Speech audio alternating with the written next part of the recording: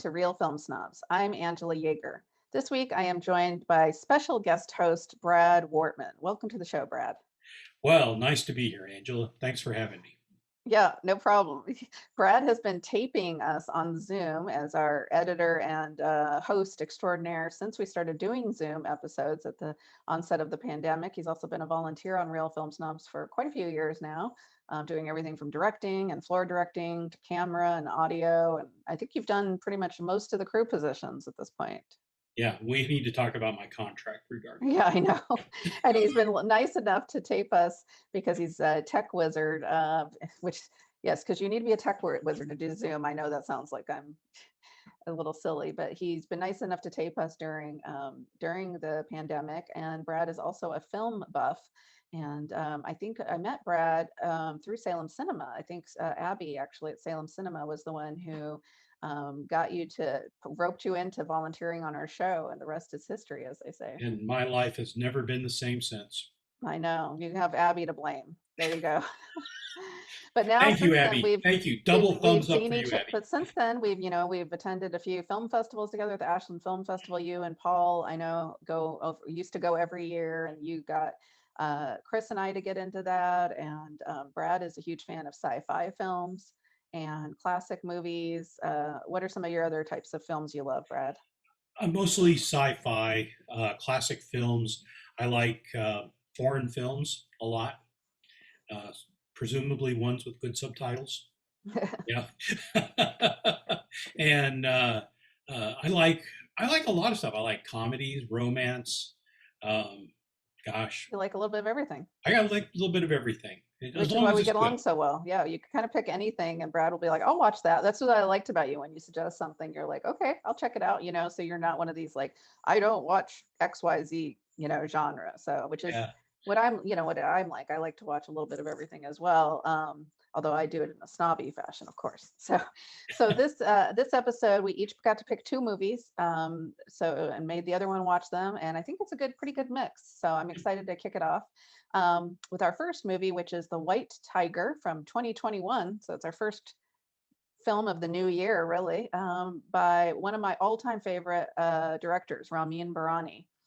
This is about a man from a very poor family in India who gets a job as a driver for a very wealthy family, and then starts to put some plans into place to try to elevate his station in life. It's based on a very popular novel, best-selling novel that also is award-winning. I have not read the book, so I'm not going to compare it to the book because I haven't read it. I was super excited about this because Ramin Bahrani, who is an American director actually of Middle Eastern descent, is one of my favorite American filmmakers. He's actually known for a neo-realism style. He did films such as Chop Shop, Man Pushcart, and then a few years ago he did one called 99 Homes, which was about the housing crisis right when the bubble burst.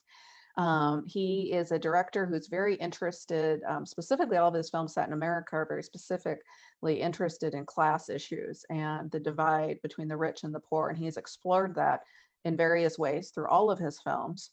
So even though he's not Indian, and this is a very Indian film in some ways, the story and the subject matter is very much in line with the kind of topics Ramin Bahrani is famous for exploring in his films. I really loved this film, and I'm curious to hear what you thought, Brad. Well, I really enjoyed this film as well, and what I noticed most about it was again the class struggle. I used to like with 99 Homes with was it Michael Shannon and Hmm. which was Andrew Garfield. Andrew Garfield. Yes, right. Yeah.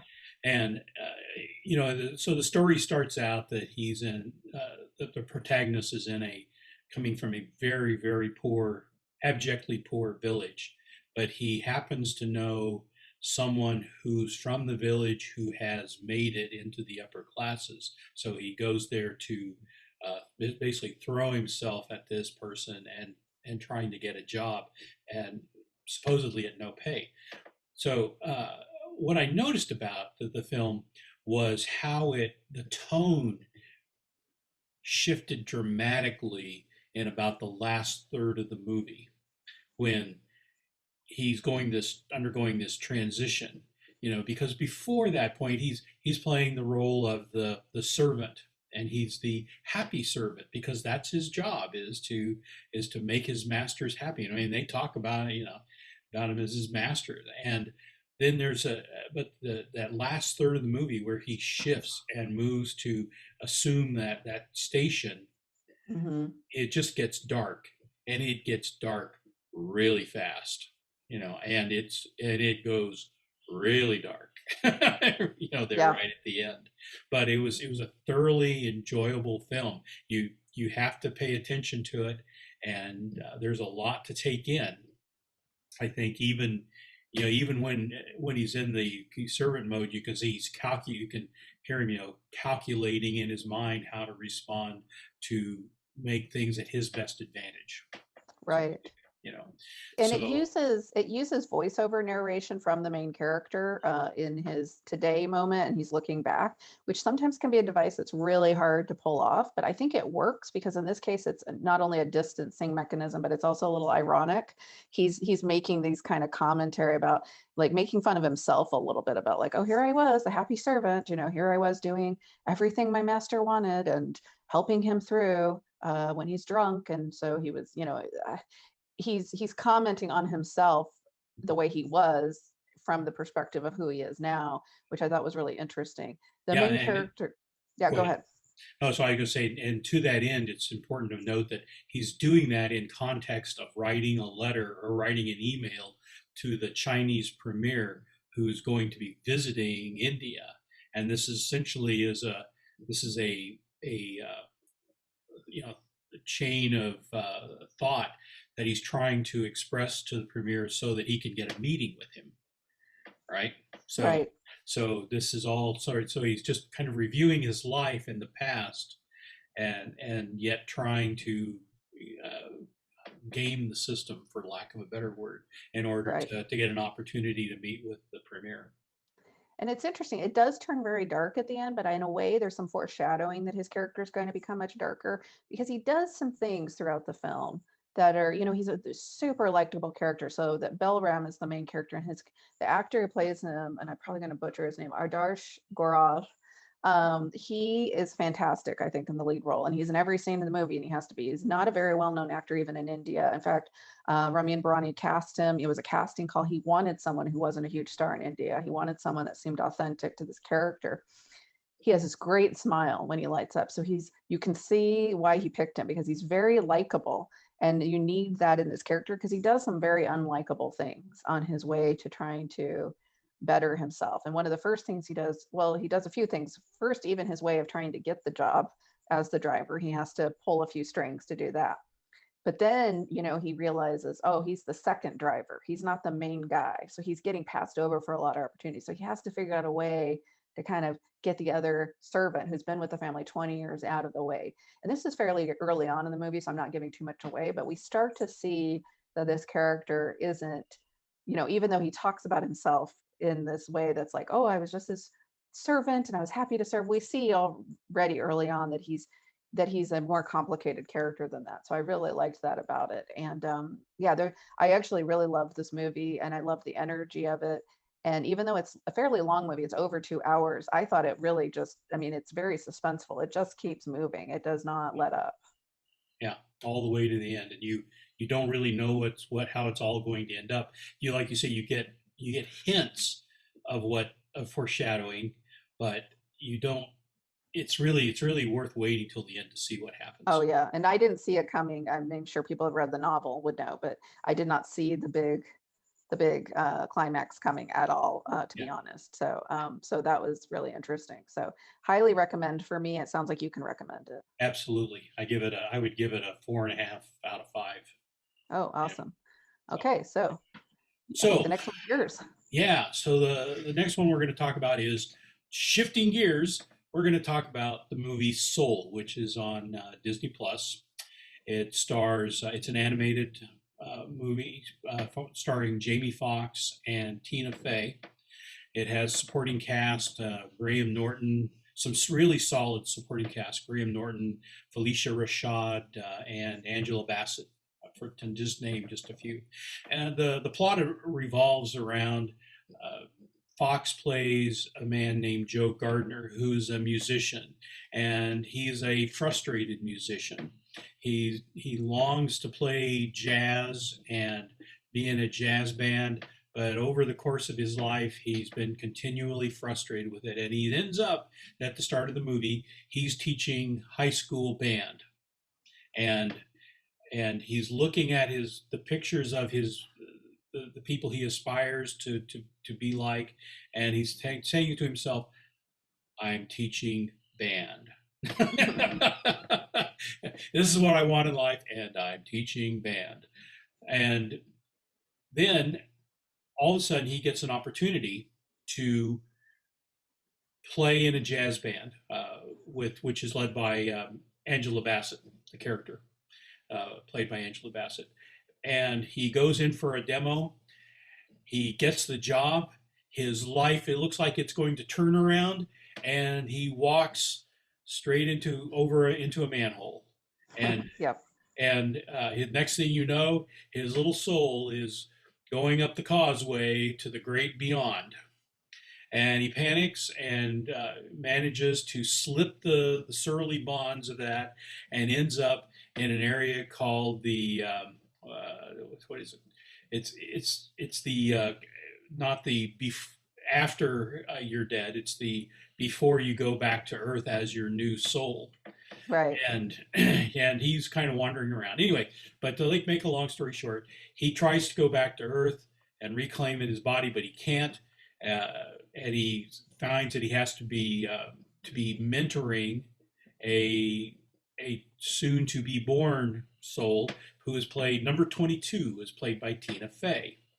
And so what this really is, then they get into he's trying to get back to Earth. They end up both going back to Earth, but he ends up in the body of a therapy cat at the hospital, Yeah. and Tina Fey is in his body, and then it's kind of like the switcheroo thing, and they're trying to work things out, and at the same time, well, anyway, it gets complicated, but it's just a story of finding yourself for both of these characters. Mm-hmm. Tina Fey, who plays the soul to be who can never find her spark, and Jamie Foxx, who thinks he has his spark, but he wants to get back to it. And so it's their mutual journey, and it's enjoyable. It's fun. It's probably not. I wouldn't say it's the cleverest thing that Pixar has ever put out, because sometimes Pixar, especially in the beginning, they were full of kind of all sorts of inside jokes and references, and this seemed a little more straightforward. It's enjoyable, but it's like driving a regular car versus driving a sports coupe, right? Right. Yeah. Right. Yeah, I would agree with you. I enjoyed this one. It's like a 3-star movie for me. The Pixar, but it's Pixar, and so you have high expectations. And Pixar, it's not their lowest rung films, which to me is still Cars. Sorry, but Cars 1 and 2, and some of those films. It's not at the bottom of the heap, but it's not a masterpiece like WALL-E or Toy Story. What's funny is I didn't notice it was Pete Docter who directed this one and then when I finished it, the part where they go up and they're I kept calling it Soulsville because I couldn't remember the name of the place where all the souls are intermingling. So I just called it Soulsville. With the blobs and the way the souls were represented, I didn't think it was like their best animation ever, but as I was watching, I kept thinking, this reminds me of the animation style in Inside Out. Their film that was all about emotions, because they used those colored blobs, to represent the emotions, anger, sadness, happiness, etc. And then when I looked this up, Pete Docter directed Inside Out, so it was kind of funny. Even though I know they have different animators who work on these films, it was just sort of ironic. And actually, from a thematic perspective, it reminded me a lot of Inside Out in that it was more about these inner journeys and these kind of like philosophical aspects. Although there's always philosophical aspects, let's face it, in every Pixar movie, whether you have another masterpiece of theirs, Up, which is really about an old man dealing with the loss, of his life partner, and then going on this journey and seeing that there's still more to life. This one has these elements of that. But like you said, I think the story of the trading places, it's just because we've seen that so much. Probably some of the kids are watching this movie haven't seen it a million times, but as an adult who's seen a lot of movies, you're like, the whole changing bodies thing, we've seen that I don't know how many times in movies, a lot. which is very comical because the Jamie Foxx character is in this cat character who's very funny. He's kind of this tubby cat, and who's, and it's also just comic visually because he's sitting on the shoulder of this tall, lanky African American character, and then Tina Fey's voice is coming out of that character. So there's comical aspects to that.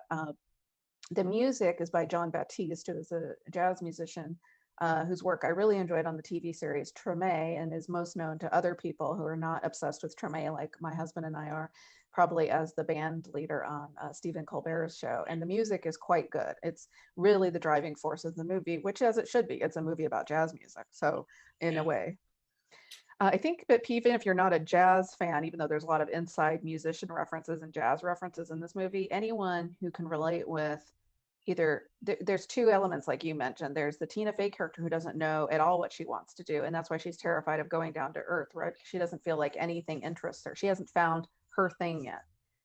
Although I did find it very amazing that she was totally angry and upset about being on earth till she had a slice of New York pizza, and then all of a sudden that's where the change started to happen. And I thought, I can really identify with this character. I'm really getting into this now. She has that slice of pizza and she said, what else is there to explore on earth? All of a sudden she's like, this is interesting. Yeah. And then him, who is someone who's singularly focused on this one thing, to the point where he has cut everything else out. One of the scenes I really liked is once they've switched bodies, when they go to the barber shop, because he needs to get his hair cut for the big gig, but Tina Fey's actually in his body, right? And then after they've had this conversation, the barber said, hey, it was really great to actually talk to you.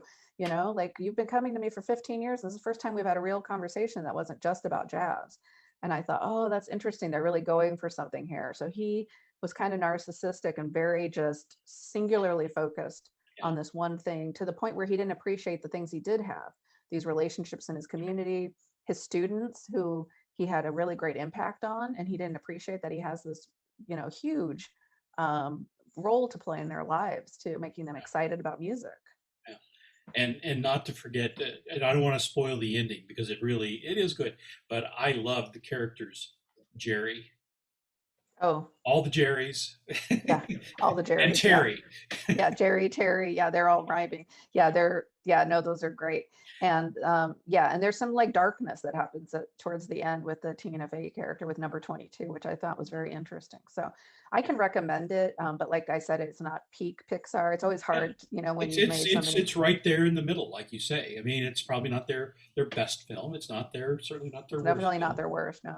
And I like at the end when they're rolling the credits, they said, filmed in Emeryville, California, where we're all in our socially distant houses. Yeah, I liked that. I liked that too. Yeah, it was acknowledging, what's been going on in the world, which I really appreciated. So good pick, Brad. Thank you for picking that one. So let's go to the other. I'll try to get to the next one, which is 7 Days in May, film from 1964, directed by John Frankenheimer, starring Kirk Douglas and Burt Lancaster, and just a superb supporting cast with Frederick March, Ava Gardner, Edmund O'Brien, Andrew Duggan, and Hugh Marlowe are probably the biggest names. And this film really appeals to me because I was thinking about the events that have happened in our election, post-election, pre-inauguration. And, I was thinking back to films that involved conspiracy and political takeovers of our government specifically. And to me, this movie really stands out for that.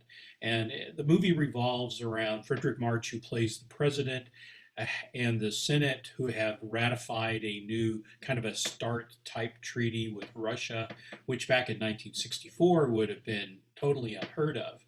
And Burt Lancaster plays an Air Force general who's the head of the chiefs of staff, who does not agree with that position, and he is basically plotting a coup for the U.S. government.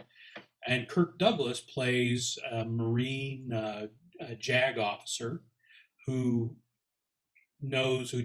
also one of Lancaster's adjutants, who starts picking up clues about this.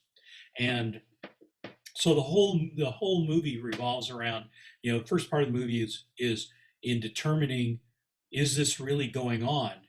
And then what the heck are we going to do about it? And the efforts, and I thought it played really well to showing, how even when that there is something going on, it's a big difference between knowing that it's going on and being able to prove it and convince the American people, and to the point where if you had to convince the American people to go along with it, that with saving democracy is just a whole nother level, because Lancaster and his crew have been amazingly good at hiding their plot. Right. You know, Yeah, no, you're right. And that's some of the most suspenseful scenes in the movie, especially towards the end, where they're racing for this one piece of evidence they have that will help bring down the Burt Lancaster's general. And it's very tension filled. I watched this movie, Brad. It's funny when you suggested reviewing this, I was super excited because I'd just seen it for the first time, probably a few weeks before you mentioned it. It was part of this collection on the Criterion Channel. They had all the films that Burt Lancaster and Kirk Douglas did together, or quite a few of them at least.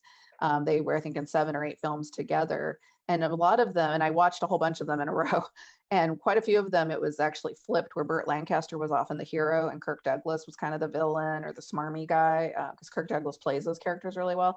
And in this one, they're flopped, and Burt Lancaster is sort of the more villainous character, but he's absolutely convinced. He's this very anti-communist, just, really powerful general who's very politically popular. He gives speeches and gets the crowd riled up. We've seen that.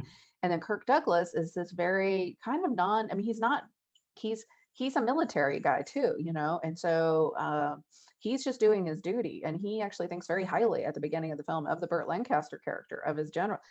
He does, and so, but he uncovers this plot, and first and foremost, he's a patriot and he's an American. And I thought that was a really great story to tell, that he just thought, well, no, this is a democracy, this can't happen, I have to do whatever it takes, even though I really admire the general and actually that like him. and that's what really parallels with what's been going on in Yeah. the last. And I love John Frankenheimer. I mean, he did Ronin. He also did The Train with Burt Lancaster. And so he's a really good director for this kind of film. So yeah. Yeah, and some great, as you mentioned, side characters who are actually really big, like Frederick March, Edmund O'Brien, who's fantastic in this. Ava Gardner is kind of the love interest, but she's just really smart, really well played. So yeah, I thoroughly enjoyed this one. I'm so glad we watched it. I love Burt Lancaster and Kirk Douglas together, even though they don't have a ton of scenes actually together. That they're, and like you said, the parallels to today I thought were fascinating. Yeah. Yeah. So Well, definitely 4 stars for me on that one. definitely. Okay. I hope you're keeping track of the time, Brad, because I did forgot to look. So Yeah. we'll Yeah. go on to our next movie, which is my pick, and it is the Wasp Network from 2020 by Olivier Assayas, who's a French director who his films I've often loved. Love a lot of his films. This film interweaves the story of Cubans and Cuban Americans working within the U.S. to defeat anti-Castro efforts in the U.S. So it has an all-star cast of actors: Gael Garcia Bernal, Penelope Cruz, Edgar Ramirez. Most of them, by the way, are not actually Cuban Americans. Most of these actors are Latinos from originally other countries. Ana de Armas is actually one of the few Cuban Americans in the film. One of the things this is a super complicated story, and I didn't read anything about it before I started watching it. I just saw it pop up on some critics lists, and I said, well, I love the director, I love the cast, let's watch it, and so there's these people who have defected. So with the Edgar Ramirez character, it starts with his story, and he has defected to the US from Cuba to join the anti-Castro, anti-communist resistance in the US, and that's what we think. But then we start to learn that there's this organization called the Wasp Network, which is actually people who are trying to work within the US as sort of pro-Castro, or at least not anti-Castro, to defeat the anti-Castro activities, including what they see as some terrorist activities that these organizations are doing. And so there's all these different interweaving stories of these real life people. This is all based on true events, who were eventually prosecuted for what they were doing within the U.S. on behalf of Cuba. So One of the things I liked this movie, I'm a little disappointed because this director has done such amazing work before. He did a series called Carlos. It was a 7-part mini series that's very, very famous. I almost felt like this movie should have been longer, and it's like 2.5 hours, but I felt like it almost could have been a mini series because there's so many good characters, but you only get a few minutes with each of them. Particularly Gael Garcia Bernal, they introduce him very quickly. He gets like 5 minutes, and then all of a sudden he's leading the Wasp Network. Each character isn't given a lot of time to fully explore their backstory because there's so much other things going on here with the Cuban American relations, and they have to get into the various groups. They show the bomb, the one bombing that they have, the plane going down. I mean, there's a lot going on. And so it almost felt like it could have been multiple stories or a mini series rather than one film. I'm curious to hear what you thought, Brad. Absolutely right. I mean, it is. What's nice is it's a version that of the pro Castro side of the equation. I mean, most of the films I've ever seen have always been the championing the anti-Castro, pro-democracy Hmm. factions. But it really is interesting to see from the perspective of the Castro government, Yeah. how they would have done it. And again, this is a film that you have to pay attention to because if you don't, what happens is you end up getting lost and you have Yeah. to back up and go, it's not the And kind of, even when you are paying attention, a few times I rewound it because I got confused. Like, wait, I thought that guy was working with that yeah, guy, and so. no, no, But I enjoyed it. I did enjoy it. I mean, I really did enjoy it. And the other reason you have to watch it is because it's primarily Spanish language. And so you've got to watch the subtitles Yeah, with unless, some great actors, and that's I think one of the reasons I was disappointed when I see Penelope Cruz is in a movie because of her work with Pedro Almodovar. She's a great actress. Gael Garcia Bernal is a great actor, but I didn't think they had a lot of time yeah, to really invest in their characters to really yeah. showcase They more could of have their at least story. made it a three episode miniseries. Yeah, definitely. There was enough material there for sure. So, but I could still recommend it for sure. Yeah. Okay, so briefly wrap up. Wow, we actually agreed on everything. I have to get people on here who fight with me more, Brad. We both highly recommend The White Tiger. We both recommend Soul. We both highly recommend. I assume you're giving 7 Days in May 5 stars, or Yeah. it's a classic, right? And The Wasp Network, we can both recommend. Thank you, Brad, so much for being on the show Thank you, and Riley. for all your hard work. And Riley, can you Riley show the us your Wonder Dog. face? Riley, nope, can't show us his Nope, face. he's Okay, snoring. he's snoring. He's asleep. He's not excited by these movies. As always, check out our reviews on realfilmsnobs.com, and you can subscribe on YouTube by just checking that little bell button. And we are on KMUS. We are on CCTV in Salem. We are in Silverton and in Corvallis. And as always, I'd like to thank our fantastic crew in absentia and our amazing sponsors for supporting the show. Have a great day and great movies.